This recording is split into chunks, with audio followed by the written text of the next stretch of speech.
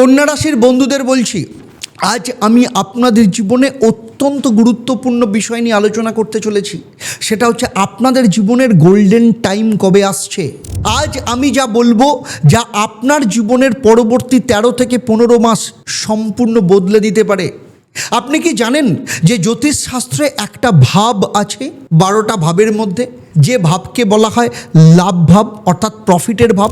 অর্থাৎ যে ভাব সক্রিয় হলে আয় বাড়ে, ইচ্ছে পূরণ হয়, জীবনের অপেক্ষার অবসান হয়, সেই ভাব হলো একাদশ ভাব।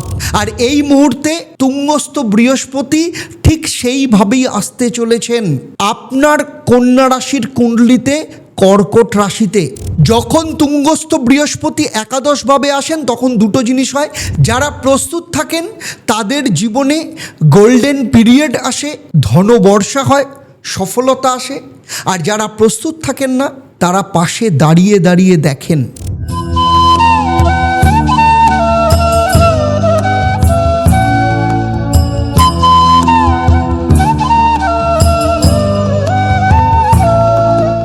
ওম ঈশ্বরী মাতা ওই বিদ্মহে পরম শক্তৈ ধীমহি তন্নো দেবী প্রচোদয়াৎ। নমস্কার, আমি জ্যোতিষ ও তন্ত্রগুরু আচার্য দেবদত্ত। দীর্ঘ 28 বছরের প্রফেশনাল এক্সপিরিয়েন্স এবং 1.5 লক্ষের ওপর স্যাটিসফাইড ক্লায়েন্ট সারা পৃথিবী জুড়ে রয়েছে।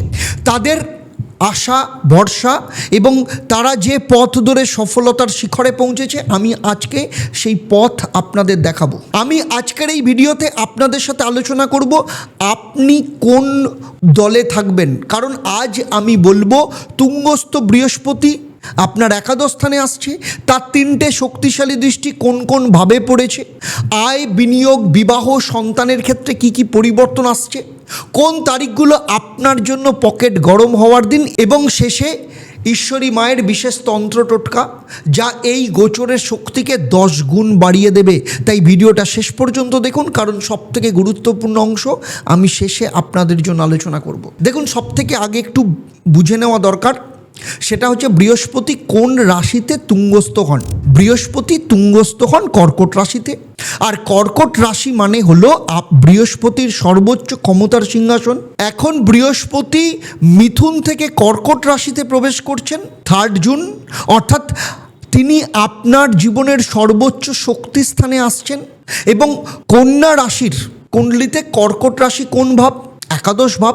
ঠিকই শুনেছেন। আর জ্যোতিষশাস্ত্রে এই একাদশ ভাবকে কি বলা হয়? সেটা হচ্ছে লাভ ভাব, মানে ইনকাম, ফাইন্যান্সিয়াল গেনের ভাব।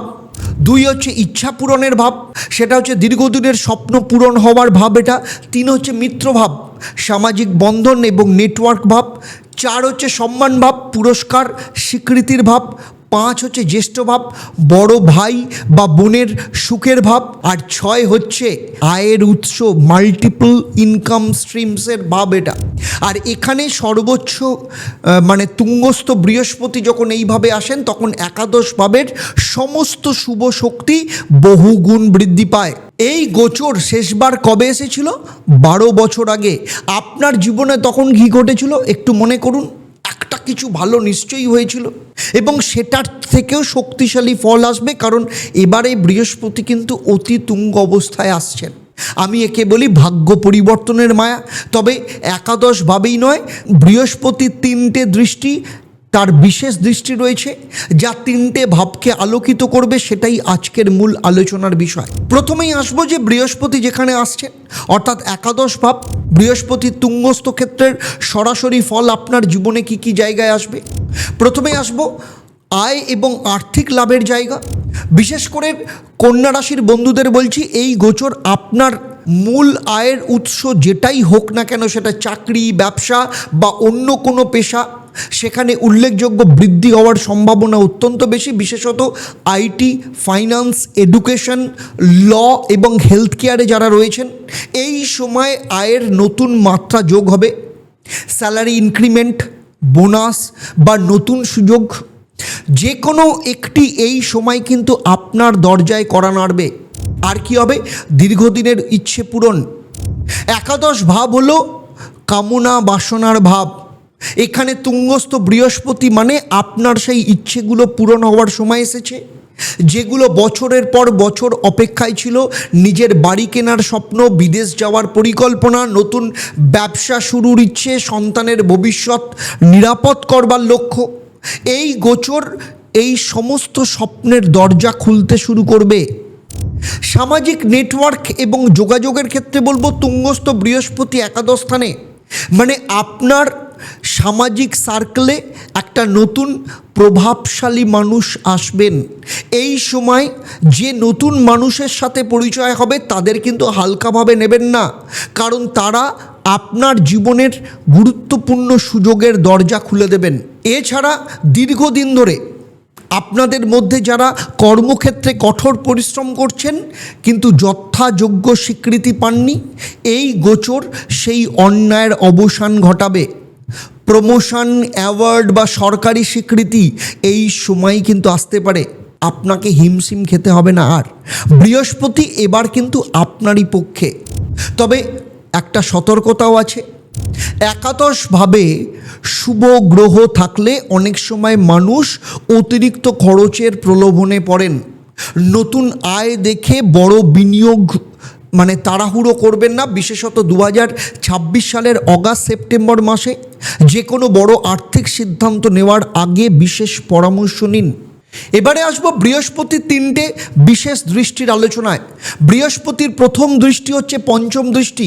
একাদশ ভাব থেকে পঞ্চম দৃষ্টিতে বৃহস্পতি দেখছেন কন্যা রাশির তৃতীয় ভাব। আর তৃতীয় ভাব মানে কি? লেখালেখি, যোগাযোগ এবং মিডিয়া, সাহস এবং উদ্যোগ শক্তি, স্বল্প দূরত্বের যাত্রা, ভ্রমণ, ছোট ভাই বোনের সুখ, সোশ্যাল মিডিয়া এবং ডিজিটাল কার্যক্রম, ব্যবসায়িক যোগাযোগ এবং নেগোসিয়েশন। কন্যা রাশির বন্ধুদের মধ্যে যারা সৃজনশীল ক্ষেত্রে রয়েছেন, লেখক, সাংবাদিক, কন্টেন্ট ক্রিয়েটর, শিক্ষক বা বক্তা, এই গোচর আপনার কণ্ঠস্বরকে আরও শক্তিশালী করবে। আপনার কথা এখন আগের থেকে বেশি মানুষের কাছে পৌঁছবে। আগে যে প্রপোজাল বা পিচ কাজ করতো না, এখন সেটা করবে। যারা ইউটিউব, পডকাস্ট বা সোশ্যাল মিডিয়াতে কাজ করছেন, এই সময় আপনার চ্যানেল বা পেজে উল্লেখযোগ্য বৃদ্ধি আসতে পারে। তৃতীয়ভাবে বৃহস্পতির পঞ্চম দৃষ্টি মানে বৃশ্চিক রাশিতে, এটা আপনার ভেতরের সাহসকে জাগিয়ে দেবে, যা এতদিন ঘুমিয়েছিল। যে কাজটা করতে চেয়েছিলেন কিন্তু ভয় পাচ্ছিলেন, এই সময় সেই কাজে হাত দিন। নতুন ব্যবসা শুরু করবার পরিকল্পনা থাকলে এই গোচরের সময়কালে শুরু করুন। বৃহস্পতি আপনাকে পথ দেখাবেন। এই সময় ব্যবসায়িক বা পেশাদার কারণে ভ্রমণ বাড়বে।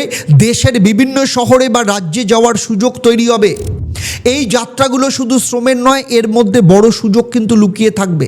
যাদের ছোট ভাই বা বোনের মধ্যে সম্পর্কের মধ্যে দূরত্ব ছিল বা তাদের কোনো সমস্যা চলছিল, এই গোচরে সেই সম্পর্ক মেরামত হওয়ার এবং তাদের জীবনে উন্নতি আসার সম্ভাবনা অনেক বেশি রয়েছে।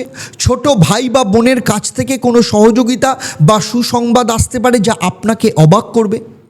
যারা অনলাইন বিজনেস, ডিজিটাল মার্কেটিং বা কমার্সে আছেন, এই সময় আপনার ডিজিটাল প্রেজেন্স অত্যন্ত শক্তিশালী হবে। বিশেষত 2026 সালের অক্টোবর নভেম্বর মাসে ডিজিটাল প্ল্যাটফর্ম থেকে আয়ের নতুন উৎস তৈরি হতে পারে। এবারে আসবো বৃহস্পতির সবথেকে শক্তিশালী দৃষ্টি, সেটা হলো বৃহস্পতির দ্বিতীয় বিশেষ দৃষ্টি, সপ্তম দৃষ্টি। এটা বৃহস্পতির সবথেকে পূর্ণ এবং প্রবল দৃষ্টি। একাদশ ভাব থেকে সপ্তম দৃষ্টিতে বৃহস্পতি দেখছেন কন্যা রাশির পঞ্চম ভাব, মানে হচ্ছে মকর রাশি। পঞ্চম ভাব এটা জ্যোতিষশাস্ত্রের সবথেকে মধুর ভাব বলা হয়। সন্তান এবং সন্তানের সাফল্য, বিদ্যা, বুদ্ধি এবং শিক্ষা, সৃজনশীলতা, নতুন ধারণা, বিনিয়োগ, শেয়ার বাজার, প্রেম ও রোমান্টিক সম্পর্ক, পূর্ব পুণ্য এবং ভাগ্যলাভ। কন্যা রাশির বন্ধুদের মধ্যে যাদের সন্তান আছে তাদের জীবনে এই সময় বিশেষ সাফল্য আসবে। পরীক্ষায় ভালো ফলাফল, কম্পিটিটিভ এন্ট্রান্সে সাফল্য বা নতুন সুযোগ লাভ হবে। এই সময় সন্তানের জীবনে একটা উজ্জ্বল অধ্যায় শুরু হবে। আর যারা সন্তান নেওয়ার পরিকল্পনা করছেন, বৃহস্পতির পঞ্চম দৃষ্টি সেই ইচ্ছে পূরণের সম্ভাবনাও বাড়িয়ে দেবে। শিক্ষা এবং বুদ্ধির বিকাশ, কারণ বৃহস্পতি পঞ্চমভাবে সপ্তম দৃষ্টি এটা বুদ্ধি এবং বিদ্যার সর্বোচ্চ আশীর্বাদ বলা যায়। যারা হায়ার এডুকেশনে রয়েছেন, পিএইচডি, এমবিএ বা যে কোনো প্রফেশনাল কোর্স করছে, এই সময় পড়াশোনার অসাধারণ মনোযোগ এবং মেধা প্রকাশ পাবে। কম্পিটিটিভ এক্সামে যারা প্রস্তুতি নিচ্ছে, এই সময় পূর্ণ মনোযোগ দিতে পারবে, ফলাফল কিন্তু অবাক করে দিতে পারে।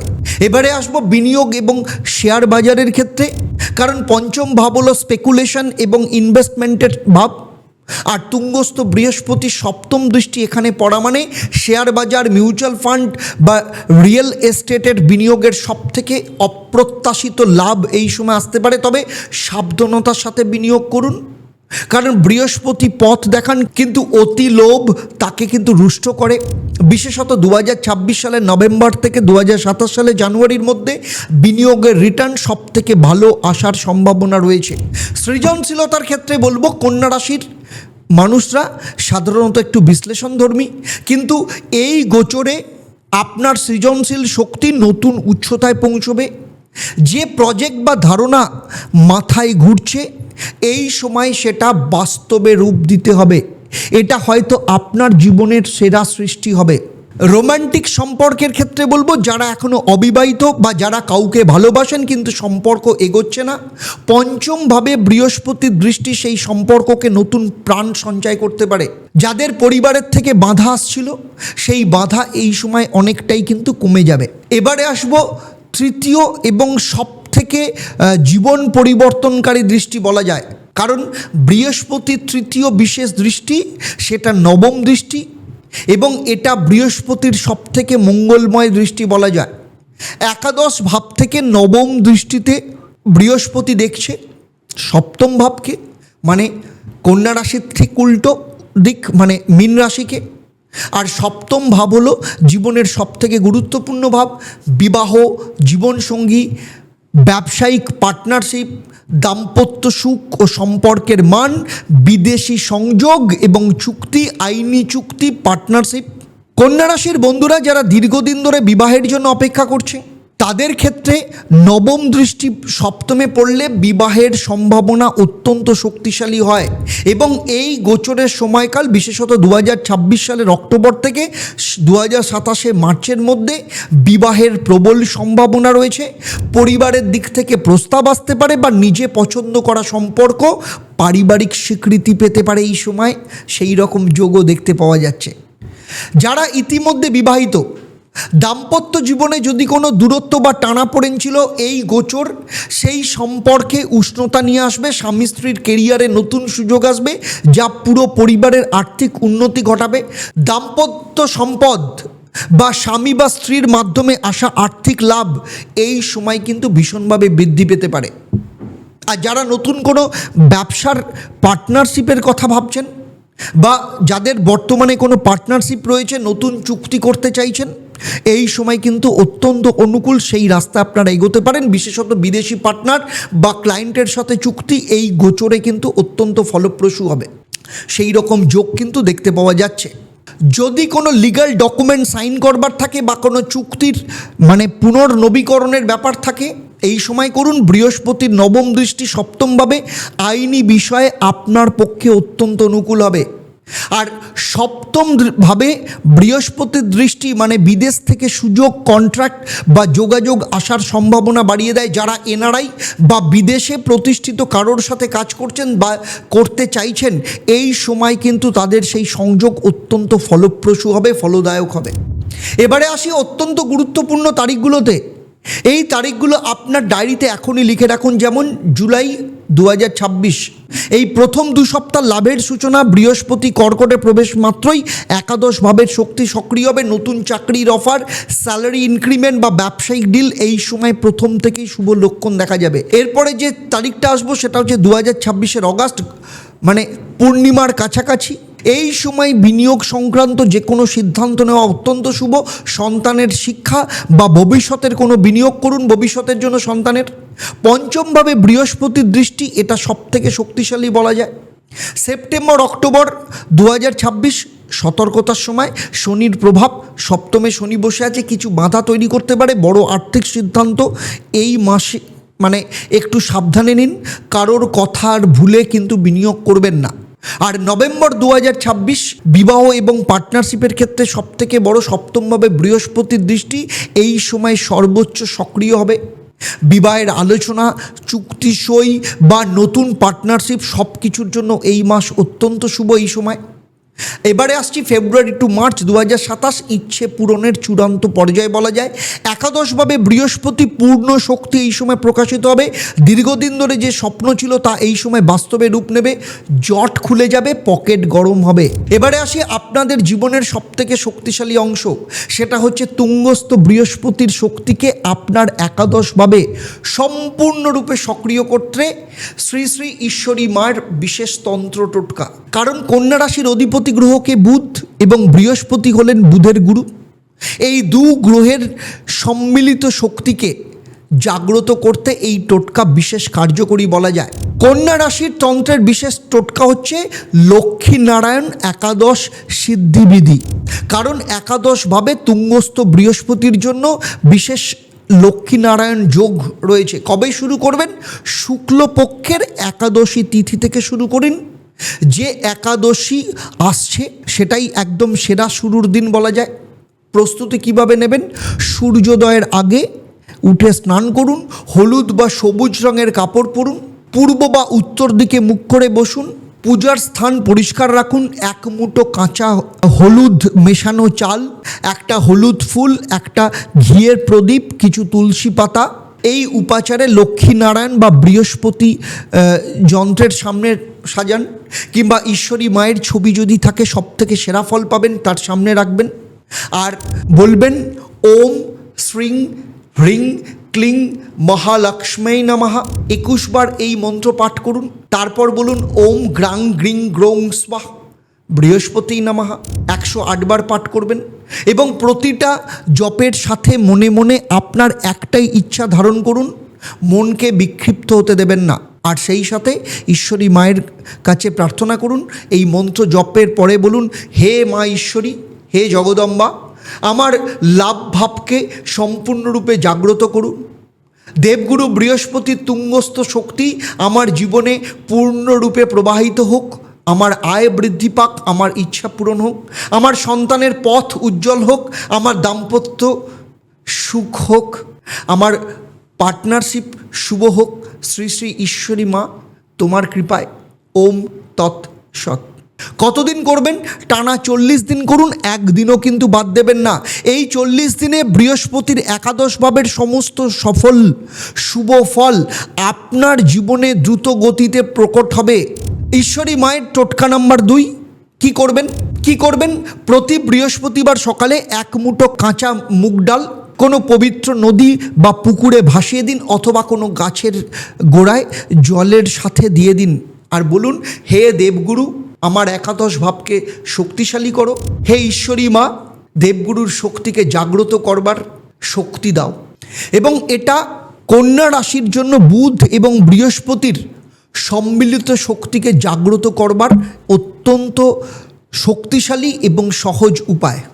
এখন আপনাদের কাছে একটা প্রশ্ন, সেই প্রশ্নের যারা উত্তর দেবেন আমি তাদের জন্য ঈশ্বরী মায়ের কাছে সংকল্প করব।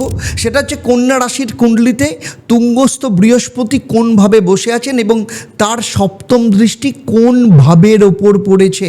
তাহলে আজকের মতো বিদায় নিচ্ছি। আবার দেখা হবে আপনাদের সাথে পরবর্তী পর্ব তুলা রাশির জাতক জাতিকাদের নিয়ে। আপনারা আপনাদের পরিবারের সাথে ভালো থাকুন, সুখে থাকুন, সুস্থ থাকুন এবং পরিবারকে নিয়ে ঈশ্বরী মায়ের মন্দিরে আসুন। আর চলুন সবাই একসাথে বলি, জয় ঈশ্বরী মা।